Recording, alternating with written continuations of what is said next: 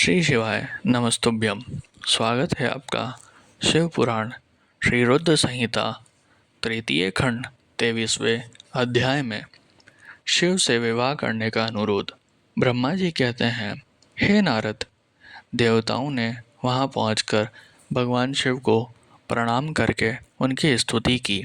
वहां उपस्थित नंदीश्वर भगवान शिव से बोले, प्रभु, देवता और मुनि संकट में पड़कर आपकी शरण में आए हैं। सर्वेश्वर आप उनका उद्धार करें। दयालु नंदी के इन वचनों को सुनकर भगवान शिव ने धीरे धीरे आंखें खोल दी। समाधि से विरत होकर परम ज्ञानी परमात्मा भगवान शंकर देवताओं से बोले, हे ब्रह्मा जी, हे श्री हरि विष्णु एवं अन्य देवताओं, आप सब यहाँ एक साथ क्यों आए हैं?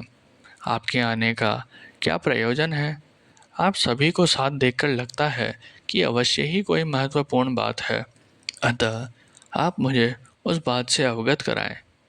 भगवान शिव के ये वचन सुनकर सभी देवताओं का भय पूर्णतः दूर हो गया और वे प्रसन्न होकर भगवान विष्णु को देखने लगे। तब श्री हरि विष्णु सभी देवताओं का प्रतिनिधित्व करते हुए भगवान शिव से बोले, भगवान शंकर, तारकासुर नामक दानव ने हम सभी देवताओं को बहुत दुखी कर रखा है। उसने हमें अपने अपने स्थानों से भी निकाल दिया है। यही सब बताने के लिए हम सब देवता आपके पास आए हैं। भगवान ब्रह्मा जी द्वारा प्राप्त वरदान के फलस्वरूप उस तारकासुर की मृत्यु आपके पुत्र के द्वारा निश्चित है। हे स्वामी, आप उस दुष्ट का नाश कर हम सबकी रक्षा करें, हम सबका उद्धार कीजिए। प्रभु, आप हिमालय पुत्री पार्वती का पाणी ग्रहण कीजिए। आपका विवाह ही हमारे कष्टों को दूर कर सकता है। आप भक्त वत्सल हैं। अपने भक्तों के दुखों को दूर करने के लिए आप देवी पार्वती से शीघ्र विवाह कर लीजिए। विष्णु जी के ये वचन सुनकर भगवान शिव बोले, देवताओं, यदि मैं आपके कहे अनुसार परम सुंदरी देवी पार्वती से विवाह कर लूं, तो इस धरती पर सभी मनुष्य, देवता और ऋषि मुनि कामी हो जाएंगे। तब वे परमात्म पद पर नहीं चल सकेंगे। देवी दुर्गा अपने विवाह से कामदेव को पुनः जीवित कर देगी। मैंने कामदेव को भस्म करके देवताओं के हित का ही कार्य किया था। सभी देव निष्काम भाव से उत्तम तपस्या कर रहे थे ताकि विशिष्ट प्रयोजन को पूर्ण कर सकें। कामदेव के न होने से सभी देवता निर्विकार होकर शांत भाव से समाधि में ध्यान मग्न होकर बैठ सकेंगे। काम से क्रोध होता है, क्रोध से मोह होता है और मोह के फलस्वरूप तपस्या नष्ट हो जाती है। इसलिए मैं तो आप सबसे भी यही कहता हूँ कि आप भी काम और क्रोध को त्याग कर तपस्या करें।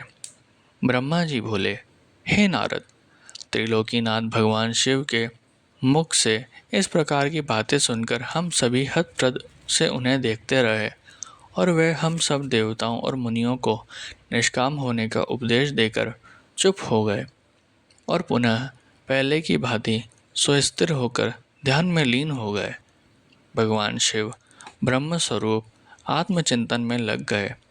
श्री हरि विष्णु सहित अन्य देवताओं ने जब परमेश्वर शिव को ध्यान में मग्न देखा, तब सब देवता नंदीश्वर से कहने लगे, नंदीश्वर जी, हम अब क्या करें?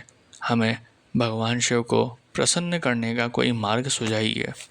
तब नंदीश्वर सभी देवताओं को संबोधित करते हुए बोले, आप भक्त वत्सल भगवान शिव की प्रार्थना करते हो। वे सदैव ही अपने भक्तों के वश में रहते हैं। तब नंदीश्वर की बात सुनकर देवता पुनः भगवान शिव की स्तुति करने लगे। वे बोले, हे देवादिदेव महादेव, करुणा निदान भगवान शिव शंकर, हम दोनों हाथ जोड़कर आपकी शरण में आए हैं। आप हम सबके सभी दुखों और कष्टों को दूर कीजिए और हम सबका उद्धार कीजिए। इस प्रकार देवताओं ने भगवान शिव की अनेकों बार स्तुति की। इसके बाद भी जब भगवान ने आंखें नहीं खोली तो सब देवता उनकी करुण स्वर में स्तुति करते हुए रोने लगे। तब श्री हरि विष्णु मन ही मन भगवान शिव का स्मरण करने लगे और करुण स्वर में अपना निवेदन करने लगे। देवताओं, मेरे और श्री हरि विष्णु के बार बार निवेदन करने पर भगवान शिव की तंद्रा टूटी और उन्होंने प्रसन्नतापूर्वक अपनी आंखें खोल दी। तब भगवान शिव बोले, तुम सब एक साथ यहाँ किस लिए आए हो? मुझे इससे अवगत कराओ। श्री हरि विष्णु बोले, हे देवेश्वर, हे शिव शंकर, आप सर्वज्ञ हैं, सबसे अंतर्यामी ईश्वर हैं। आप तो सब कुछ जानते हैं। भगवान, आप हमारे मन की बात भी अवश्य ही जानते होंगे। फिर भी यदि आप हमारे मुख से सुनना चाहते हैं तो सुने। तारक नामक असुर आजकल बड़ा बलशाली हो गया है। वह देवताओं को अनेकों प्रकार के कष्ट देता है। इसलिए हम सभी देवताओं ने देवी जगदम्बा से प्रार्थना कर उन्हें गिरिराज हिमालय की पुत्री पार्वती के रूप में अवतार ग्रहण कराया है। इसलिए ही हम बार बार आपकी प्रार्थना कर रहे हैं कि आप देवी पार्वती को पत्नी रूप में प्राप्त करें। ब्रह्मा जी के वरदान के अनुसार भगवान शिव और देवी पार्वती का पुत्र ही तारकासुर का वध कर हमें उसके आंतक से मुक्त करा सकता है। मुनिश्रेष्ठ नारद के उपदेश के अनुसार देवी पार्वती कठोर तपस्या कर रही है। उनकी तपस्या के तेज के प्रभाव से समस्त चराचर जगत संतप्त हो गया है। इसलिए हे भगवान, आप पार्वती को वरदान देने के लिए जाइए। हे प्रभु, देवताओं पर आए इस संकट और उनके दुखों को मिटाने के लिए आप देवी पार्वती पर अपनी कृपा दृष्टि कीजिए। आपका विवाह उत्सव देखने के लिए हम सभी बहुत उत्साहित हैं। अतः प्रभु, आप शीघ्र ही विवाह बंधन में बंधकर हमारी इस इच्छा को भी पूरा करें। भगवान, आपने रति को जो वरदान प्रदान किया था उसके पूरा होने का भी अवसर आ गया है। अतः महेश्वर, आप अपनी प्रतिज्ञा को शीघ्र ही पूरा करें। ब्रह्मा जी बोले, हे नारद, ऐसा कहकर और प्रणाम करके विष्णु जी और अन्य देवताओं ने पुनः शिव जी की स्तुति की। तत्पश्चात वे सब हाथ जोड़कर खड़े हो गए।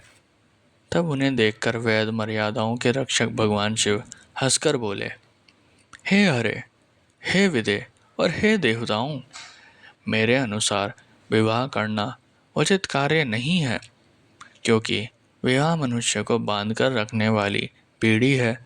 जगत में अनेक कुरीतियाँ हैं, स्त्री का साथ उनमें से एक है। मनुष्य सभी प्रकार के बंधनों में मुक्त हो सकता है, परंतु स्त्री के बंधन से वह कभी मुक्त नहीं हो सकता। एक बार को लोहे और लकड़ी की बनी जंजीरों से मुक्ति मिल सकती है, परंतु विवाह कर ऐसी कैद है जिससे छुटकारा पाना असंभव है। विवाह मन को विषयों से वशीभूत कर देता है, जिससे मोक्ष की प्राप्ति असंभव हो जाती है। मनुष्य यदि सुख की इच्छा रखता है तो उसे इन विषयों को त्याग कर देना चाहिए। विषयों को विष के समान माना जाता है। इन सब बातों का ज्ञान होते हुए भी मैं आप सबकी प्रार्थना को सफल करूँगा, क्योंकि मैं सदैव ही अपने भक्तों के अधीन रहता हूँ। मैंने अपने भक्तों की रक्षा के लिए अनेक कष्ट सहे हैं। हे हरे और हे विदे, आप तो सब कुछ जानते ही हैं। मेरे भक्तों पर जब जब विपत्ति आती है तब तब मैं उनके सभी कष्टों को दूर करता हूँ। भक्तों के अधीन होने के कारण मैं उनके हित में अनुचित कार्य भी कर बैठता हूँ। भक्तों के दुखों को मैं हमेशा दूर करता हूँ। तारकासुर ने तुम्हें जो दुख दिए हैं उन्हें मैं भली भांति जानता हूँ। उनको मैं अवश्य ही दूर करूँगा। जैसा कि आप सभी जानते हैं और मन में विवाह करने की कोई इच्छा नहीं है, फिर भी पुत्र प्राप्ति हेतु मैं देवी पार्वती का पाणी ग्रहण अवश्य करूँगा। अब तुम सब देवता निर्भय और निडर होकर अपने अपने धाम को लौट जाओ। मैं तुम्हारे कार्य की सिद्धि अवश्य करूँगा, इसलिए अपनी सभी चिंताओं को त्याग कर सभी सहर्ष अपने घर जाओ। ऐसा कहकर भगवान शिव शंकर पुनः मौन हो गए और समाधि में बैठकर ध्यान में मग्न हो गए। तत्पश्चात विष्णु जी और मैं देवराज इंद्र सहित सभी देवता अपने अपने धामों को खुशी से लौट आए।